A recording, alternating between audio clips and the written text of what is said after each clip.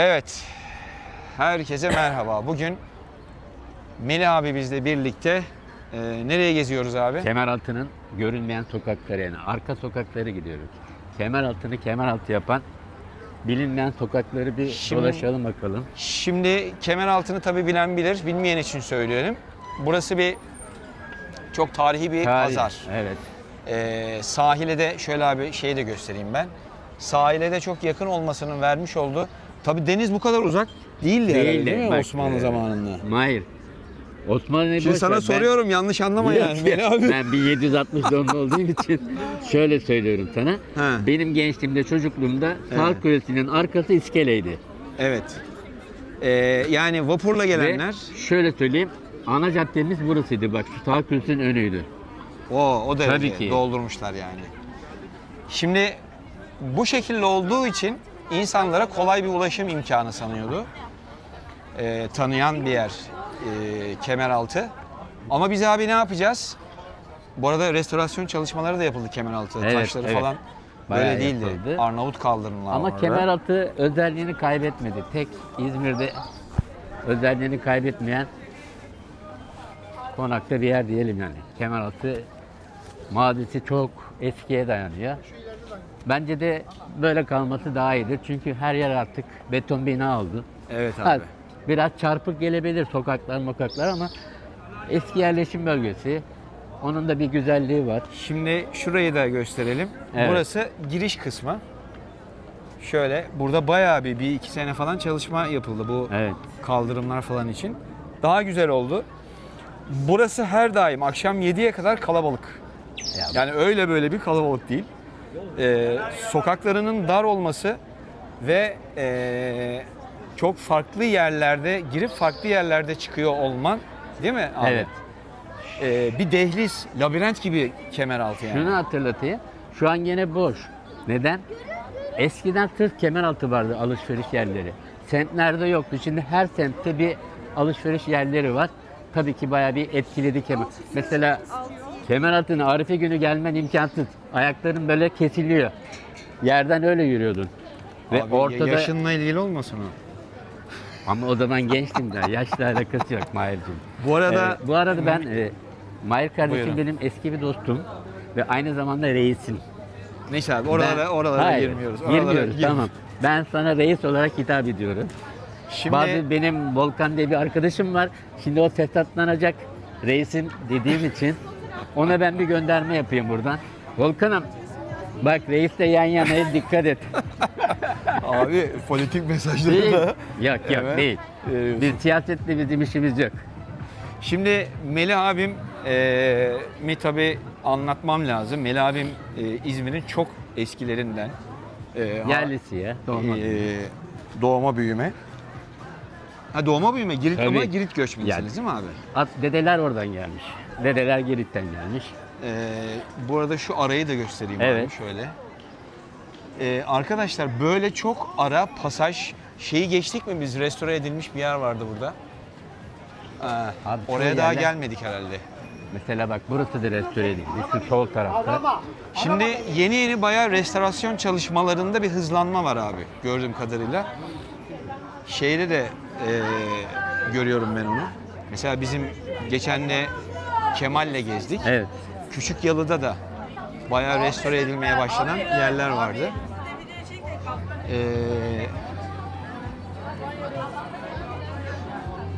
Bu restorasyon çalışmalarının sonucunda aslında Kemeraltı içinde böyle çok bilinmeyen madenler ve şeyler olduğunu Bak. öğreniyoruz abi. Mesela burası eskiden Veysel Çıkmazı'ydı. Burada küçük küçük böyle Şuraya bir ilerleyelim gel o zaman abi. ilerleyelim. Gel. Şuraya bir ilerleyelim.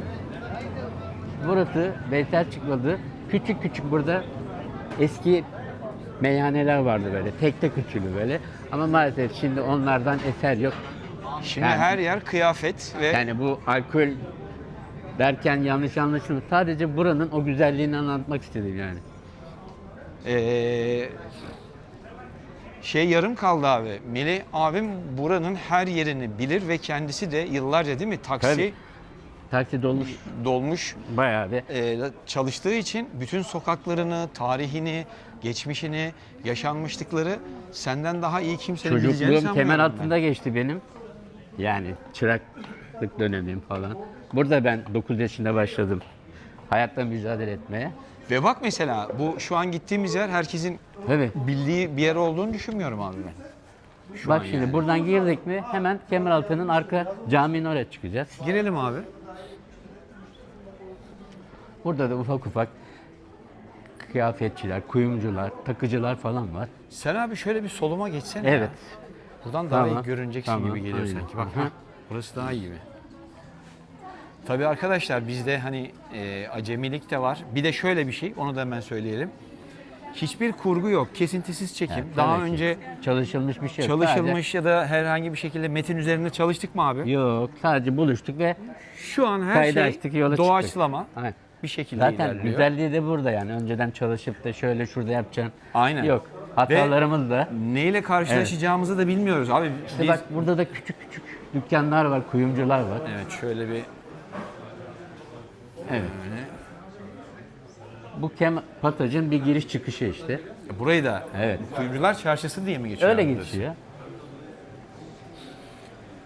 Mesela abi Kemal'le giderken güvenlik bizi uyardı. Burada çekim yapamazsınız diye. Daha ilk çekimimizde uyarıldım ya. Böyle şeyler muhakkak çıkacak karşımıza Yani ya. olacak şey değil. Evet. Evet. Bak burası Kemeraltı Camii. Bu eski bir camidir. Bu arada herkesten özür diliyorum. Hala bu griple ilgili sıkıntılarım geçmediği için arada böyle Şu bir arka öksürüyorum. sokaklardan gidelim biz. Şimdi şunu gösterelim abi. Şuradan Evet. bir bypass ettik. Orayı bir gösterelim. Bu pasajdan o kalabalık ki genellikle buradan çıktık. İşte kastettiğim bu. Burada bilenler için çok pratik yollar var değil mi? Tabii ki. Hemen bazı yolları bypass ederek Aynen. Mesela şimdi biz kalabalığa maruz kalmıyorsun. buradan girdiğimiz zaman bu Kemeraltı'nın şimdi arka sokaklara başlıyor. Esas Kemeraltı Caddesi o ilk başladığımızın ta ki Mezarlıkbaşı'na kadar çıkıyor o yol. Evet abi. Buralarda işte lokantalar var, işte köfteciler, dönerciler. Şöyle sol tarafı da gösterelim. Ya Tabii bir dehliz gerçekten. Mesela Evet. burası nereye gidiyor? burası da belli gene değil. Kemeraltı'na çıkar. Her yer Kemeraltı'na çıkar buradan. Ya işte onu diyorum ya, burada bilmezsen var ya Evet. nereye gideceğini kaybolursun. Ben yaklaşık 8 yıl oldu İzmir'de. Ben hala navigasyon kullanmadan gidemiyorum. Bilmiyorum yani. Nereye gideceğim, ne yapacağım? Ha, bu arada da şunu unutmayalım. Videomuzu izledikten sonra lütfen beğeni yapın ve paylaşın. Abim. Abim Takibi rica ediyoruz. tam takip YouTuber edelim. oldun sen ya. Yok. Bu arada arkadaşlar Melih abim karavanı var. Kendisi İzmir'in çok güzel yerlerinde. Tabii ki karavanım var ama şu an maalesef her yerden kovalanıyoruz. Ben- Ne hikmetse bunu bir türlü anlayamıyorum. İnşallah buna da belediyeler bir çözüm getirir. Ben kendisine de hatta şey diyorum, böyle bir kanal açıp, değil mi? Herkesin görmek isteyip de ulaşamayacağı yerlere ulaşıyorsun. Hayır, rahat bir konaklama yapabilsen belki yapacağız ama maalesef her yerden kovalanıyoruz. Her yerden ya. Niye abi, ne oluyor? Bilmiyorum. Bu- Yasak, sadece yasak deniliyor o kadar. Başka bir şey yok. Ama bir imkan sunulmuyor diyorsun yani. Şu an Bir bilmiyorum altyapı yani imkan. belediyeler inşallah bu konuda çalışıyordur. Ya bak ben bu karavanı TSE'den onayımı aldım. Karavan ruhsatım var. Vergimi ödüyorum. Kaçak göçek bir şey yok. Motokaravandır benimki de. Ben bir yere gittim en fazla bir gün, en fazla 2 gün kalıyorum. Konaklama 2 gün. Çakılmıyorum. Ama maalesef yine neyse konumuz şey değil şimdi. Burası da Manisa kebap meşhurdur burası. Benim çocukluğumdan beri var burası. Yani şu kebapçı mı abi? Evet. Şey diyor zaten. 1970'ten beri Tabii ki. diyor. Bu arada Melih abinin yaşı çıkıyor tabii yavaş yavaş. Abi 1760'lıyım işte yap hesabını. Bildiğin Osmanlı yani burada. Liman, Osmanlı'nın ayrıcalıklı. Şurası Şöyle gösterelim. evet. Meşhurdur burası. Arkadaşlar burası genelde değil mi Kemeraltı'nın Evet. bilinen yerleri aslında. Tabii ki Ama bilinen. biz daha çok sizi kimsenin pek bilmediği dehlizlerden götürmek istiyoruz. Benim genellikle mottom da o şekilde. Biz mesela Kemal'le Göztepe Konak arası yürüyüş yaptığımızda böyle herkesin bildiği ana caddeden gitmedik. Ara sokaklardan ilerledik. Ara sokaklardaki hayatlar, oradaki yapılar çok mesela konak gördük yapılmış. Evet. Aslında eski İzmir o taraflar. Mahir'im biz buradan gidelim. Sağ tarafta. Evet. Abi şey sensin. Navigasyonumuz sensin. Ya- Burası da neydi? Balıkçılar Çarşısı mıydı? Evet. Hal miydi burası önceden? Balıkçıların genelde şimdi burada hep balık mekanları var. Bizim de özellikle oyunlar sonrasında Melih abim de Geldiğimiz. oyuncudur kendisi. Amatör olarak tabii. E, Bu deniz Buraya yıldızına direkt- gelirdi. ama burası Aynen. Bizim geldiğimiz yer. kapanmamış mıydı burası? Bir yer Yok ya, kapanmıştı sanki. pazar günleri kapatıyorlardı. Daha önceden açıktı. Kapandı sanıyorduk. Yok Şurası ya. işte, şöyle gösterelim abi. Şöyle bir meydan. Burada bir Şimdi bak. heykelimiz, bir teyzemiz var. Balıkçı bir teyzemiz herhalde abi bu. Sanıyorum Bu buranın şeyi heykeller değil mi bu? sonradan yapıldı. Bak Mahir'im şu tarafa da gidelim. Şu sağ yöne Yok, gidelim. gideceğiz abi de şu heykeli bir göstereyim. Bir okuyalım Ee, bakalım. Mert Taşkın Demir. Demir Türkiye. Balıklı kadın heykeli. Ama tahminimce şey değil herhalde. Yani 2016'da yapılmış. Yok. buranın tanınmış Uluslararası bir... İzmir Heykel Çalıştayı. Ne taraf dedin abi sen? Abi şöyle ki buradan yürüyelim böyle. Sen rahat ol abi. Kameranın önüne geç, şey yap. Yok. Ben Sıkıntı rahatım. yok. Ben rahatım. Seni de iki kameradan da görsünler. Zaten buradan görüyorlar seni abi. Melih abimler Girit göçmeni Evet, miydiniz abi evet. siz? Girit'ten mesela İzmir'de bizde Selanik göçmenliği var. Kurtuluş Savaşı'ndan sonra mübadele dönemiyle gelenlerdeniz. İzmir'de de özellikle yerlilerinde göçmenler çok Var, fazla. evet. Bilhassa olduğunu Giritli biliyorum. göçmen çok var. Gerçi İzmir, Arnavut var. benim babam Arnavut mesela. İzmir çok göç alan bir yer. Yani özellikle son zamanlarda Anadolu'dan. Buradan yandan görürsen burası da Başoturak Camii. Gördün.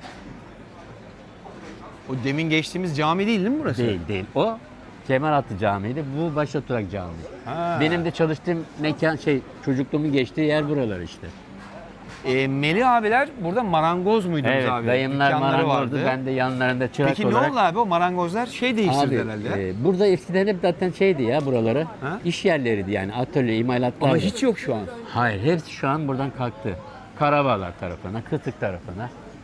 Bilerek mi kaldırdılar yoksa şey mi? Ya zamanla burası oraya oldu. Dükkanlar o tarafa Mesela daha kaydı. buralar, Bak burası kestane da- pazarı. Kuşçu. Her şey var. Kuşçusu. Mesela bak Ağaç burayı işleri. herkes bilmez abi. Evet. Buranın herkesin bileceğini sanmıyorum. Her yerde şöyle güzel kuş seslerimiz var. Evet. Ne kadar güzel bir pasajmış burası Sen ya. buraya daha önce gelmedin mi? Vallahi Ben ya şimdi diyorum seni ya. şeye de sokacağım. Aman abi Abra bizi böyle sokağına. zor durumlara Yok. şey yapma da. Yok, rahat ol sen. Yani kaptırmayalım telefonla şeyi. Hayır, kaptırmayız ya. Arkadaşlar bundan sonra planımız da var Melih abiyle. Neydi o? Ne taraflarıydı abi? Şey mi? Karabağlar mıydı? Neydi? Tilkilik mi? Evet. bugün- nispeten daha tehlikeli. Ya yok ya, o kadar Olan. tehlikeli değil ya. İzmir'in eski yerleri oralı da bakma şimdi o tilkilik taraflarına falan. Ya abi bizim insanımız biliyorsun bir Şey- etiket yapıştırmayı çok seven bir milletiz. Ya Maalesef senden zarar gelmediği sürece sana kimse zarar yapmaz. Bunu bilmek lazım yani. yani Zaten e, senin ne amaçla geldiğini biliyor. Kimse sana dokanmaz yani. ama şeydir yani her memleketin öyle bir Tabii ki ya. mahallesi vardır işte. Ya Meşhur o kadar tehlikeli değil. işte Amerika'nın Harlem mahallesi gibi yani. Sadece isimleri çıkmış öyle tehlikeli diye. Şimdi düz mü devam ediyoruz abi? Devam edelim bak böyle. Ben zaten sıkıntı yok. Bunu ikiye böleceğim Tabii. bu videoyu. Çünkü tek video Burası mesela kaç metrekare bir alan acaba? Bu alan bayağı büyük ya. Büyük Bak, ve bir ucu Konak, bir ucu Çankaya ve tarafı. Mezarlıkbaşı. O çok geniş bir alan. Ve sadece alan olarak değil, kendi içindeki dehlizleri ve pasajlarıyla da alan aslında 2'ye 3'e katlıyor. Evet. Şu an biz Kemeraltı'nın arka sokağındayız yani. Mesela bir sokak yan taraf. Ya daha doğrusu şöyle söyleyeyim, Aslında- bilenin geldiği bir yer burası, Burası yani. daha aslında biz daha hani öyle bilinmeyen sokaklara da giremedik. Yapma ya. Daha Tabii ki bilinmeyenleri canım, de burası mi var bilinen abi? sokaklar. Biz sağ tarafa atlarsak bak nerelere gireceğiz. Abi ürkütüyorsun böyle Yok bir ya. endişe Endişe hasıl olmaya edilecek bir şey başladı yok. bende. Reisim. Şimdi buranın işte kötü olan tarafı, arada sokaklar çok dar olduğu için Evet. maalesef bir arabadır, motosiklettir Ya. bir şey geldiğinde çok sıkıntı yaratıyor ama mecburen de bir şekilde ulaşım olmak zorunda. Çünkü insanlar esnaf yemek Evet, yiyor, tabii bir ki, tabii. taşıma, yük boşaltma şeyleri var. Muhakkak herkes bir hayat mücadelesi ya. Herkes bana göre haklı yani. Geçen motorcu da haklı, yanındaki esnaf da haklı, yürüyen vatandaş da haklı. Bak meşhur Kuyum Pide burası da. Ha evet ya, bak Tabii. ben mesela navigasyon Evet. olmadan işte tarihi pideci, Kuyum Pide burayı bulamıyorum ki kaç kere geldim mesela. 2 kere gelmiş, daha fazla ya, ne 2 keresi? Bayağı fazla geldik. Ama ona rağmen bak mesela şurası Bak, nereye gidiyor Şuradan abi? girelim istiyorsan bak karşıya bir. Bakalım ya Allah. Haydi bakalım. Allah. Pardon heykelciğim kusura bakma. Kusura bakmayın ya. İşte Buralarda işte öyle tekstil üzerine. Gördüğün gibi hepsi şapka. Mesela bu bak Yeşil Direk pasajına girelim. şu karşıya. Evet. Girelim abi. Mesela pasajlardan bir tanesi. Buradan arka sokağa çıkacağız mesela. Yani sen bayağı ezbere biliyorsun buraları herhalde. Diyorum Kaç ya, yılın geçti abi burada? bak ben buraya 9 yaşında geldim. Düşün yani çocukken 15 gün tatil, yaz tatil ben hep Kemeraltı'ndaydım. Bu şeyi Ve bayağı... bir şey daha itiraf edeyim mi? Ne abi? Ben Kemeraltı'nı da yakabiliyordum. Yani tabii ki yanlışlıkla yanıyordu. Bir gece mecbur kaldık biz. Çalıştığımız yerde 2 kişi. Biz vernik yapıyorduk. Evet. Tamam mı? Şu an biri itiraf geliyor arkadaşlar. Vernik dedim böyle fırçayla. Nasıl olduysa bir anda o yanımızdaki çalışan çocuk sigara Çıldırdı mı abi, kullandığı ne için He. bizde vernik tenekeleri vardı. Sen kibrit çak bakmadan at. Bir alev al abi. Duvarlar. Eski bina. Ben bir çıktım. Reisim bizim arka sokakta da hemen böyle kimseye zarar olmayan ispirtocu abilerimiz var. He. Abi ben bir gittim yanına. Abi dükkan yanıyor. Nasıl ama feryattan. İspirto döktüler demiş herhalde. İspirto içerler. Bak harbi söylüyorum. Kendileri böyle kendi halinde insanlar. Abi bir koşarak geldiler. Abi dinliyorum ben seni, sen bana bakma, ben hani aynı Neyse, anda da aynen. Bir çevre- koşarak geldiler abi. Hemen az ileride de tulumba vardı. Nasıl Burası bir da merdiven buldularsa merdiveni getirdiler.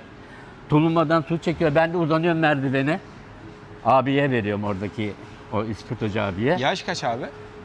9 yaşındayım falan ya böyle. Oo. Ama hani kış hava daha yeni karardı böyle. Dükkanlar da yeni kapanmış falan. Yani bitecek yarım saatlik bir işimiz var. Saat en geç 8'de kaçacağız. Abi ben kovayı bir uzattım, bir baktım bir el ayağımda. İn lan aşağı. Dedim nereye iniyorum? Dükkan yanıyor. İtfaiye gelmiş. Allah'tan geldi, yetiştiler. Çatıya doğru Abi gidiyordu. bir de sizin buranın bir adı var mı abi? Burası da bir geniş bir meydan. Abi şimdi bak burası Havra Sokağı'na çıktık biz. Dedim ya sana bahsettim. Şimdi evet, mesela şurası Gel bak istiyorsan Abi- böyle bir gidelim sonra Havra Sokağı'na dönelim. olur. Burası Bilmediğin değişik. zaman Evet. gelebileceğin bir yer değil burası abi. Aynen. Yani burayı bilmen lazım. Neyse reisim bir şekilde itfaiye geldi. İn lan aşağı dedi. Çatı yanıyor dedim. Nasıl ineyim? Kemeraltı yanacak. Sağ olsun itfaiyeler söndürdü. Biz de ucuz kurtardık yani. Benim için ama unutulmaz bir anı yani hiç. Kemeraltı daha önce yandı mı abi? Yanmışlığı var mı? Kemeraltı ya bölüm bölüm yerleri çok yandı. Şu yakınlarda da yandı zaten. Hatta Öyle hatırlıyor bir şey musun biz hatırlıyorum ben yani. oyun çıkışı konakta. Burası Kemeraltı'ydı değil mi? Tabii orası? tabii. Yani böyle hayatımızda ilginç şeyler oluyor. Şimdi bilinen yerleri herkes anlatıyor da önemli olan bilinmeyen arka sokaklardaki Şimdi burada da hayatların böyle ne burada da olduğu. genelde böyle ufak tefek imalatçılar var. Ve Kuyum imalatları falan, herkesin kuyumcuları. yeri var değil mi abi burada? İmalathaneler Tabii bir tabii yerde. tabii. Efendime söyleyeyim manifaturacılar bir yerde. Tabii tabii aynen öyle. Buradan mı gireceğiz abi? Ne yapacağız? Ya şöyle gidelim. Burası Şöyle bir neresi? dolaşalım. Ha, yine Kemeraltı'ndayız Tabii değil mi tabii biz? tabii. Allah Allah. Burası da Kemeraltı yani. Kemeraltı. Dedim ya arka sokakları. Vallahi Kimisinin burada ilk depoları kez var. geliyorum. Bayağı da bir genişmiş aslında burası ya. Diyorum ya sana bir ucu burada bir ucu Çankaya'da bir ucu Konak bir ucu da Mezarbaşı. Buralar şimdi toptan satış ya da parakende satış mı Bu yapıyorlar? arka sokaklarda genelde imalatlar olur. İmalathaneler Tabii. değil mi Hı hı. buralar? Ya da toptan. Ama çoğu imalathane başka yerlere kaydı diyorsun. Evet. Yerleri genişledi. Tabii ki.